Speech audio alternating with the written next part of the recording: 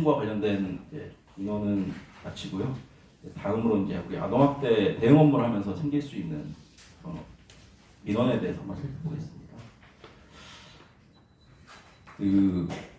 여기 이제 공무원이신 분들 대다수 계시고 저희 회사에도 공직 오래 하신 분들 이제 다 계신데 공무원은 이제 국민 전체 막 봉사자라고 헌법에서 그러잖아요.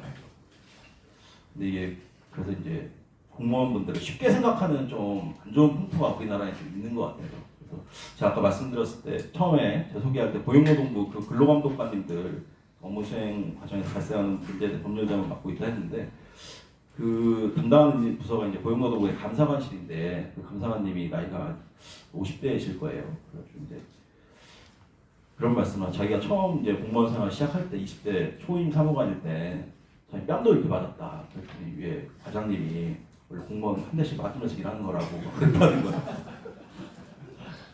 말도 안 되는 일이죠. 세상에 어느 때인데. 근데 그 말도 안 되는 일이 아직도 있다는 거예요. 그 감사관님이 이제 감사관이 돼서 우리 직원들 어떻게 있나 하고 이게 봤더니 맨 처음에 감사관 하시면서 설마 아직도 뭐 그런 일이 있겠어 우리 직원들 상대로 그랬는데 이 작년인가 재작년에 이제 20대 근로감독관 분이 하도 민원에 시달리셔가지고 이제 자살하신 일이 있었어요.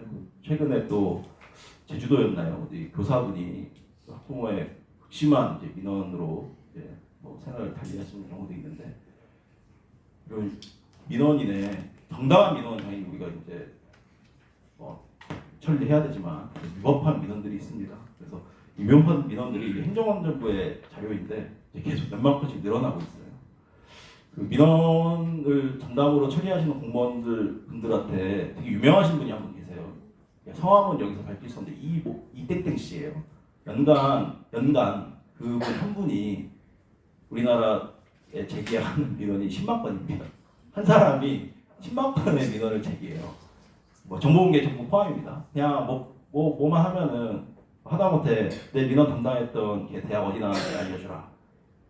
진짜 악성으로는 이제 마음에 안 드는 사람이 이제 전근을 하잖아요. 어디로 전근 가는지 알려줘라. 막 이런 거 다 정보공개 청구하는 거예요. 그래가지고 또 쫓아가지고 괴롭히려고. 그래가지고 국민권익위원회에서 국민신문고가 우리 민원 받는 창구잖아요. 슬라이드 쇼. 국민권익위원회 그 위원장님이 변호사 출신이어가지고 이 사람은 진짜 안 되겠다 그래가지고 직접 이제 고발장을 쓰셨다는 거예요. 그분이 장관급이신데 그래가지고 이제 그 유명한 이땡땡 씨가 계십니다.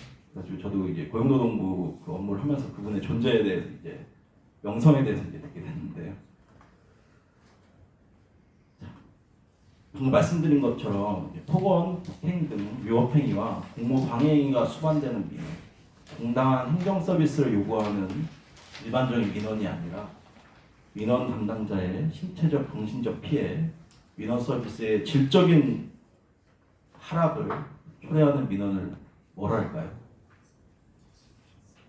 네? 악성민원이라 하면은 그 사람이 악성이라고 또 이제 또 하면서 민원을 제기할 수 있잖아요. 그러니까 이게 뭘 여쭤보냐면 행정안전부에서 이런 민원을 규정하는 말이 있습니다. 네? 맞습니다. 볼펜 받으셨죠? 아 그래요? 볼펜. 네. 말씀드린 악성민원이라고 하고 고용노동부에서 특별민원이라고 했었대요. 고용노동부가 정말 민원이 많은 곳이에요. 왜냐면은 고용노동부 실업급여과 이런 데 가면은 다 막 소리 지르고 있어. 내가 잘렸는데 나 왜 실업급여 안 줘? 그 회사를 다니셨다는 그 증거를 가져오세요. 막 그러면은 증거를 니들이 찾아야지. 막 그러면서 막 왜 나 실업급여 안 줘? 막 이러면서 이렇게 고성이 오가는 곳이 실업급여 관련된 이제 부서입니다. 고용노동부에서는 이제 특별민원이라고 했더니 이제 그분들이 이제 자기 특별한 사람인 줄 알고 이제 민원을 제기했다는 근로감독관님도 이 사람들이 특별한 존재냐 어떻게 이걸 특별민원이라고 해서 행정안전부에서 이제 이런 민원을 이제 특이민원이라고 이름을 해서 이야기하고 있습니다. 저도 처음 변호사 시작할 때 저희도 이제 사람을 많이 만나는 일이잖아요. 의뢰인들을. 제가 처음 일했던 그 로펌에서 그 변호사님께서 이제 사회부 기자를 하시다가 로스쿨에 생기시고 이제 변호사가 되시는 게 저의 사수분이셨는데 그분이 저한테 이제 막 이렇게 변호사가 돼서 이제 수습 변호사로 그 로펌에 입사했을 때 저한테 주의해야 되는 의뢰인에 대해서 얘기해 준 게 하나 있습니다. 본인이 기자 시절에 자기 선배 기자한테 들었던 그 사람이래요. 개량 한복 입은 사람하고 남자 홍지머리한 사람은 주의해야 된다. 자기가 실제로 경험해 봤더니 그런 사람들은 힘들게 하는 경우가 많다라고 했다는 거예요. 제가 이 로고스에 오기 전에 국선 변호도 한 달에 몇 번씩 했었습니다. 그때는 좋은 일 하겠다고. 국선 변호를 이제 하면 이제 뭐 이렇게 통지가 가거든요. 어느 변호사가 이제 국선 변호인으로 선정됐습니다. 저한테도 오고. 그부터 이제 전화 와가지고 언제 갈게요 하고 이제 의뢰인이 찾아오시면 이제 만나고 하는데 누가 찾아오셨다는 거예요. 제가 국선 변호인이었죠. 아직 저한테 통지가 오기 전인데. 그래가지고 이제 나가봤더니 남자분인데 꽁지머리 하신 분인데 개량복까지 입고 오신 거예요. 이 두 가지를 다 하셨던 분이에요. 그분이 이제 아무튼 뭐 선정됐다니까 들어서 앉아서 이제 말씀을 이제 들었죠. 앉자마자 저한테 돈을 빌려달라고 100만 원만 빌려달라고 하시는 거예요, 변호사한테. 근데 그분이 차용금 사기로 재판을 받는 분이에요. 그러니까 돈 빌렸다 안 갚아가지고 사기 쳐가지고 돈 빌리는 사람인데 저한테 앉자마자 100만 원만 빌려달라는 거예요. 그래서 제가 순간 좀 고민했어요. 그분이 이제 무죄를 다퉜거든요. 나는 차용금 사기 아니다. 나 갚을 수 있는 의사 능력이 있었다 말고 그걸 하셨던 분인데 제가 호기심에 이분한테 100만 원을 빌려드렸다가 저한테 갚으면 걔랑 무죄고 안 갚으면 넌 진짜 천하의 뭐 그런 사람이다라고 하려다가 안 갚을 것 같아가지고 제가 그때는 노래하지 못해서 의뢰인을 믿지 못했습니다. 아무튼 그런 분이 계셨어요. 근데 그분이 하도 이제 시도 때도 없이 밤낮으로 전화가 와요. 그때 또 배웠습니다. 이 핸드폰 번호 아무한테나 이게 주는 게 아니구나. 전화를 안 받으면 막 피하십니까? 이러면서 문자가 와 있고 그리고 맨날 그분은 예약 안 하고 막 이렇게 찾아오시는 거예요. 국선 변호 해도 보통 비타 500이라도 하나씩 막 사오시는데 그냥 빈손으로 와가지고 막 우리 탕비실에 있는 거 엄청 먹고 가시고 참 인상 깊은 의뢰인이 계셨습니다. 그래가지고 이 특기 민원을 행정안전부에서 이렇게 이제 구분을 하고 있습니다. 위법 민원, 부당 민원 뭐 이렇게 구분을 하는데요. 여기 제가 이제 말씀드릴 거는 어지간한 민원이면은 처리가 되는데 그 공무원 그 민원을 담당하는 공무원 개인들을 고소하고 막 그러신 분이 계세요. 그 개인 공무원을 자기 뜻대로 민원 처리 안 해줬다고. 예컨대 아동학대로 절차에 따라 조사해서 사례 판단했는데 너희들이 직권 남용했다 그래가지고 형사고소가 진짜 있어요. 근로감독관 분들 정말 고소 많이 당하시고 한 번 고소하면은 그냥 거기 뭐 때로 해요. 거기 고용노동청 지청장님부터 팀장, 과장, 담당자 거기서 이제 막 자기가 행패버렸을 때 막았던 공무집까지 막 싸그리 엮어가지고 막 고소하고 그렇습니다. 그래서 이번 시간에는 우리가 아동학대 조사 업무, 사회 판단 업무를 하면서 발생할 수 있는 상황에서 고소를 당했을 때 어떻게 해야 되나 하는 걸 한번 살펴보겠습니다. 우리 아동학대 신고가 오면 즉시 현장에 출동하도록 우리 아동학대 처벌법에 규정이 되어 있잖아요. 아동학대 신고가 와서 출동을 했어요. 집이든 가정이면 집이든 아니면은 아동 관련된 기관 이제 조사를 하러 들어갔다 이제 나하고 이제 다 조사해가지고 한 거예요. 근데 이건 기분이 나빴나 봐. 그래서 주거침입이다, 건조물 침입이다 해가지고 형사고소를 하는 거예요. 실제로 근로감독관 분이 불법 기숙사가 있다고 해가지고 이거 실제 사례입니다. 그래가지고 이제 현장 점검을 나와가지고 이제 다 적발을 하고 이제 그 업주 이제 처벌하고 했더니 근로감독관들이 내 사업장에 무단으로 침입했다 이래가지고 그 근로감독관을 형사고소한 거예요. 그러니까 이제 경찰서 불려다니면서 이제 조사가 하셨죠. 그래서 이제 그 당시에 이제 뭐 신고 이런 게 다 법령에 근거가 있고 내부 보고를 거쳐가지고 한 거다 해서 이제 정당이다 해가지고 이제 넘어간 사례가 있습니다. 처벌이 되지 않은, 당연히 처벌이 안 돼야죠. 그래서 이제 정당행위라는 거는 법령에 따른 행위, 업무에 따른 행위, 기타 사회상규에 위반되지 않는 행위는 처벌하지 않는다는 형법 조항이고요. 아무튼 그런 사례가 있었습니다. 그래서 우리가 현장 조사 하려고 들어가더라도 정당행위니까 돈 먹지 말고 현장 조사하시면 되겠습니다. 그 현장 조사 나가면은 곱게 뭐 그렇습니다. 그런 사람도 있지만 니들이 못해 그러면서 막 우통 붙고 막 그런 사람도 있거든요. 그러니까 이제 그거 말리려고 했더니 얘가 다 폭행했다 그래가지고 공무원을 또 폭행죄로 이제 형사 고소를 하는 거예요. 실제로 이제 노동부에는 그 노동청에 하도 와가지고 막 고성과 막 기물 파손하는 분들이 많아가지고 보안실무관이라는 공무직들을 따로 두고 있습니다. 그런 분들이 이제 제지하려는. 그래가지고 그 보안실무관 분이 와가지고 이제 밖으로 이제 나가게 한 거예요. 우리 개정된 민원처리 그 법 시행령에 보면은 그런 악성 특이민원에 대해서 민원처리 방해하고 막 이런 특이민원인에 대해서 태거나 일시적 출입 제한 조치를 할 수 있도록 규정돼 있어 이렇게 한 건데 그 보안실무관 분을 형사 고소한 거예요. 폭행당했다고. 그래가지고 뭐 당연히 당시 CCTV 영상 같은 걸 근거로 폭행이 아니고 정당한 공무집행이고 업무 수행이고 이 민원처리법 시행령에도 퇴거 조치 가능하도록 되어 있다라고 해가지고 정당한 행위로 인정을 받았습니다. 근데 우리 법원이 사실 공무집행 방해가 되게 저는 큰 죄라고 생각을 하는데 공무집행 방해죄에 대해서 되게 온정적인 그런 게 있었습니다. 우리는 막 뺨 맞고 막 다 이랬는데 뭐 벌금으로 나온다든지 집행유예로 나온다든지 막 그러는 거예요.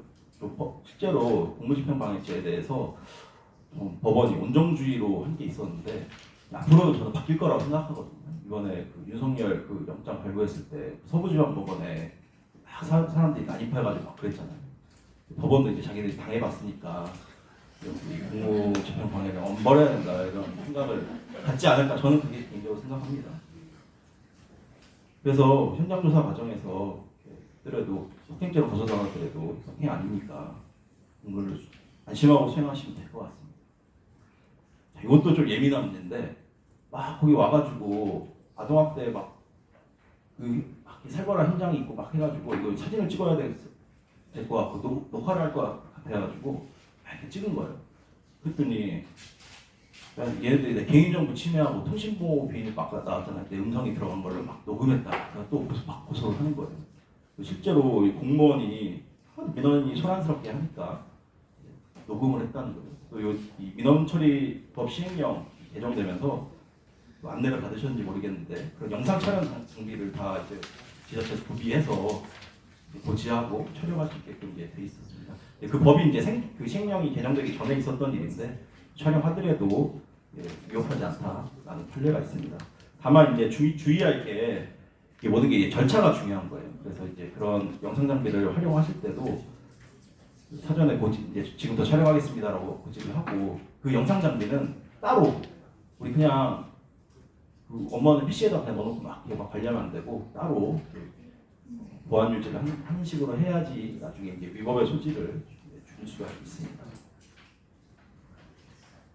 이 다음은 이건 조금 중요한 사안인데 이 사안의 주인공은 이제 검찰 수사관이에요. 검찰 수사관이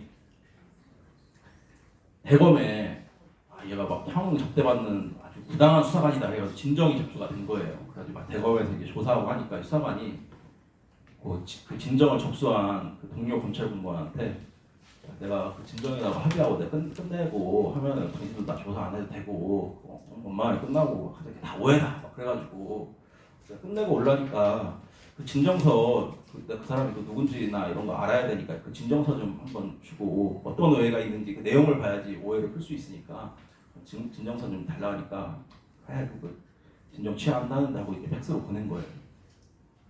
그러면 될까요? 안 될까요? 그렇게 하면 무슨 죄로 처벌받을까요?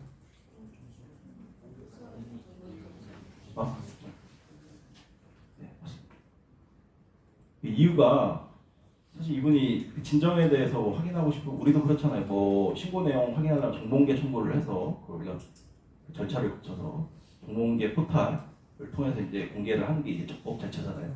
근데 이 진정을 접수한 이 검찰 공무원님은 뭐 그런 절차를 다 생략하고 그냥 좋은 게 좋은 거지 해가지고 근데 그런 경우 조사하다 보면은 집요하게 이거 누가 신고한 거예요?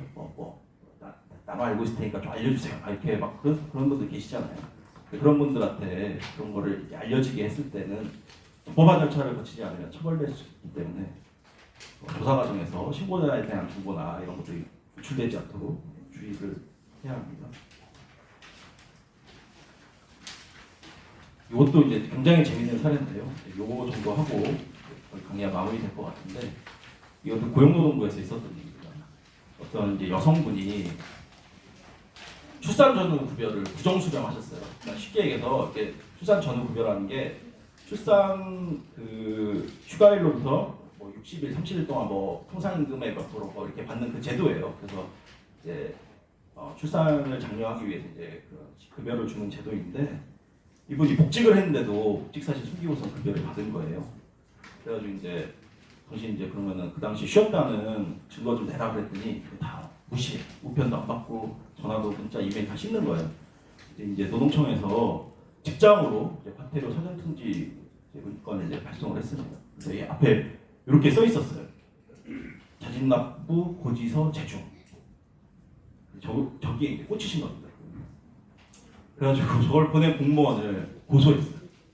죄명이 이분 제가 봤을 때 좀 배우신 분인 것 같아요. 공문서 위조라는 거예요. 그 옆에 볼펜으로 몇 달 며칠 날까지 써 있는 걸 자기가 고쳐가지고 보낸 게 공문서를 위조했다는 거고, 직무유기 뭐 이거 원래 자기가 이의 신청하면 법원에다 뭐 갖다 대고 해야 되는데 그런 걸 이행하지 않았다. 마지막이 이제 직권남용 권리행사 방해라는 거. 너희가 이걸 나한테 과태료 통지서 막 이런 거 보내가지고 나한테 정보 그 자료 제출을 이게 압박하는 게 직권남용이다. 이렇게 해가지고 엄청 막 이렇게 자세하게 써가지고 고소를 했는데 당연히 처벌이 안 되겠죠.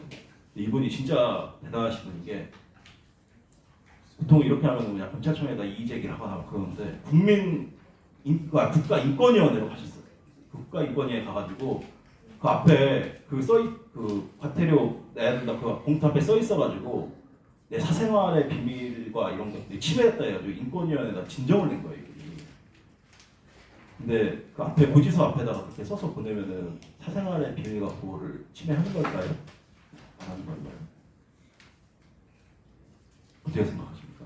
우리 그런 거 많이 봤잖아요. 막 과태료 고지서 날라오면 과속하고 그러면 앞에 과태료 고지서 제중 막 이렇게 돼 있잖아요.